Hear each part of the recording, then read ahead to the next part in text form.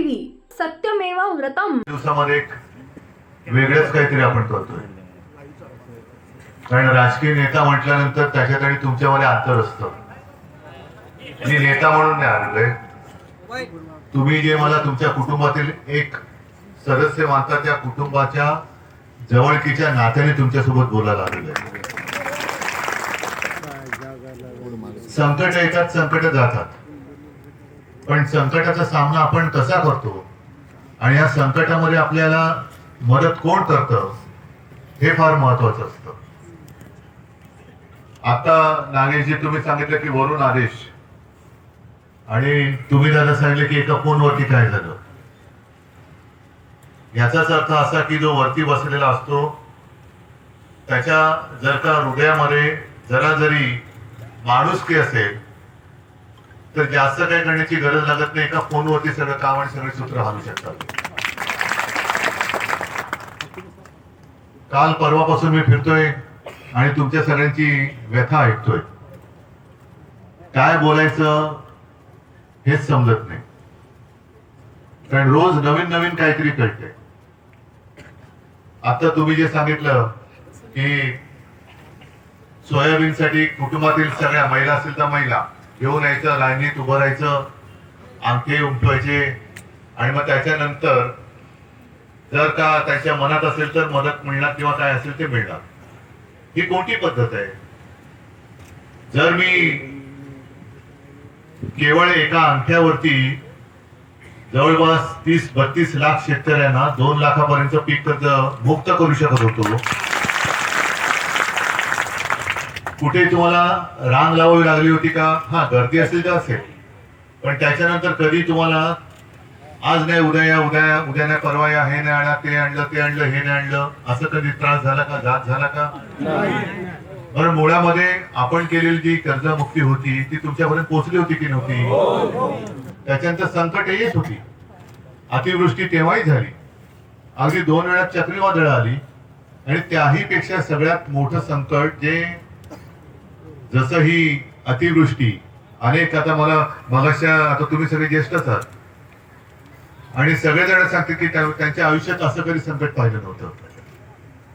ही मराठवाड्याची कथा आहे, पण आपल्या काळामध्ये जागतिक संकट आलं होतं करोनाचं.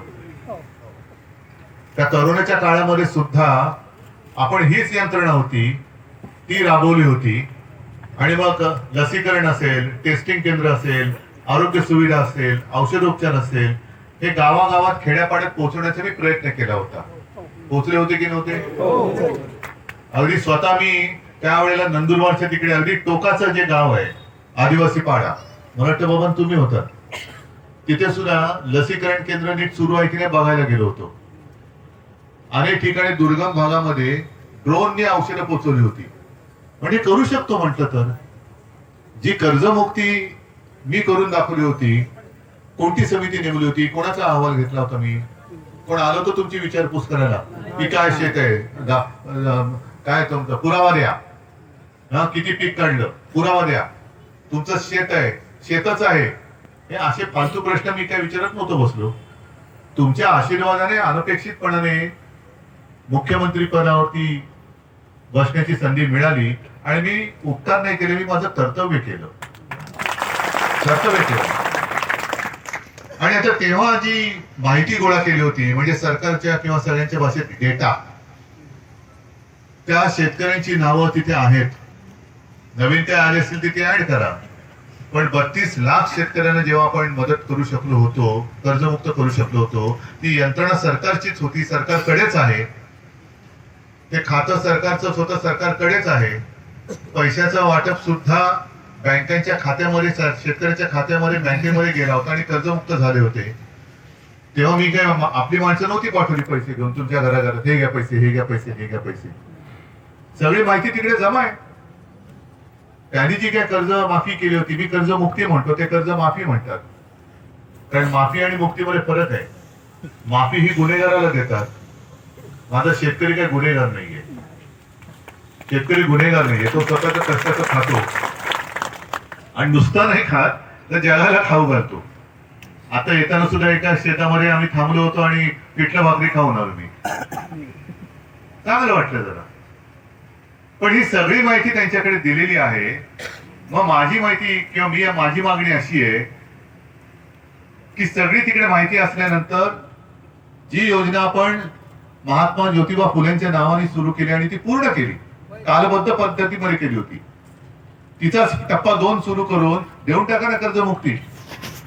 कशाला पाहिजे समिती? काय परदेशी समिती तेव्हा आली होती का स्वदेशी समिती आली होती? कोणती समिती नाही, कोणाची मागणी नाही, काही नाही.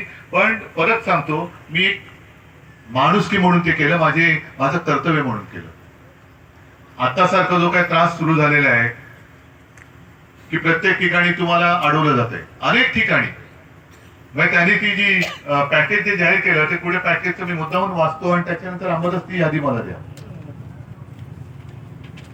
एक तर हे पॅकेज तुटपून जाईल, म्हणायला जगातलं किंवा इतिहासातलं सगळ्यात मोठं पॅकेज 31,000 किती 800, बरोबर आहे. आता ते गुंठ्याप्रमाणे किती त्यांनी दिलेले ते पुढे. हा, आता हे मी वाचतोय, हे माझं नाहीये, हे बातमी आलेली आणि ती आकड्याची फक्त फोड केलेली आहे. आता तुम्ही शेतकरी झालात, मला शेतीतलं काय कळत नाही. आहे ते आहे, मला नाही कळत तर नाही कळत, मी कशाला म्हणू उगाच. आता देवेंद्र फडणवीस यांनी ही बातमीच आहे अत्यंत आकर्षकपणाने ही घोषणा केली, 31,800. आम्हाला पण वाटलं रे वा, राजा उदार झाला.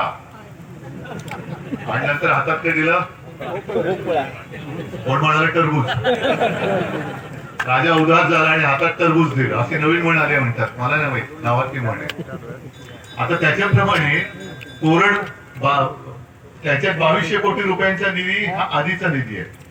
त्याच्यानंतर प्रति हेक्टरी कोरडवाहू शेतीला 18,500, बागायती शेतीला 27,000, बहुवार्षिक शेतीला 32,500.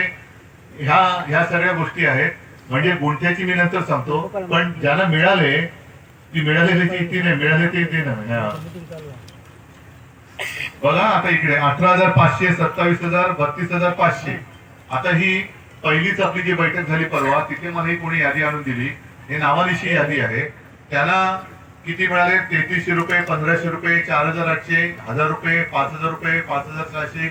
एकालाच फक्त 14,000 आहेत, 17,000, मग परत 2800. हे म्हणजे हे 17,500, 2700 वगैरे वगैरे ह्यातले मग 1,000, 1,500, 3,000 हे आले कसे? द्यायचं तर एकदम द्या ना.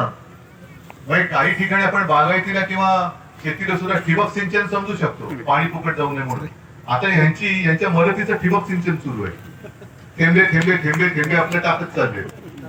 आणि जर ह्याची फोड जर का केली तर गुंठ्याला कोरडवाहू शेतीला 185 रुपये, हे यांनी जे जाहीर केले आकडे त्याचीच फोड केलेली आहे. त्याच्यानंतर बागायती शेतीला 270 रुपये गुंठ्याला, बहुवार्षिक शेतीला 325 रुपये. आता शेतमजूर जो असतो, मगाशी त्या ताईंनी सांगितलं, शेतमजूरला जर का शेतमजुरी असेल तर दिवसाला साधारणतः किती मिळते? साधारणतः 400 ते 500 रुपये. कारण याच्यात आकडं दिलंय, मी नाही बघायला, 500 रुपये. आणि 500 रुपये जर रोजची मजुरी असेल तर गुंठ्याला 325, 185, 270. म्हणजे किती किती थट्टा चाललेले, आणखी किती थट्टा करणार? पण थट्टा एवढ्यासाठी चालले की आपण जाब नाही विचारत त्यांना. आता सुद्धा त्यांचं कसं चाललंय की मी तुमच्यामध्ये फिरतोय, खरं म्हणजे हे माझं काम नाहीये.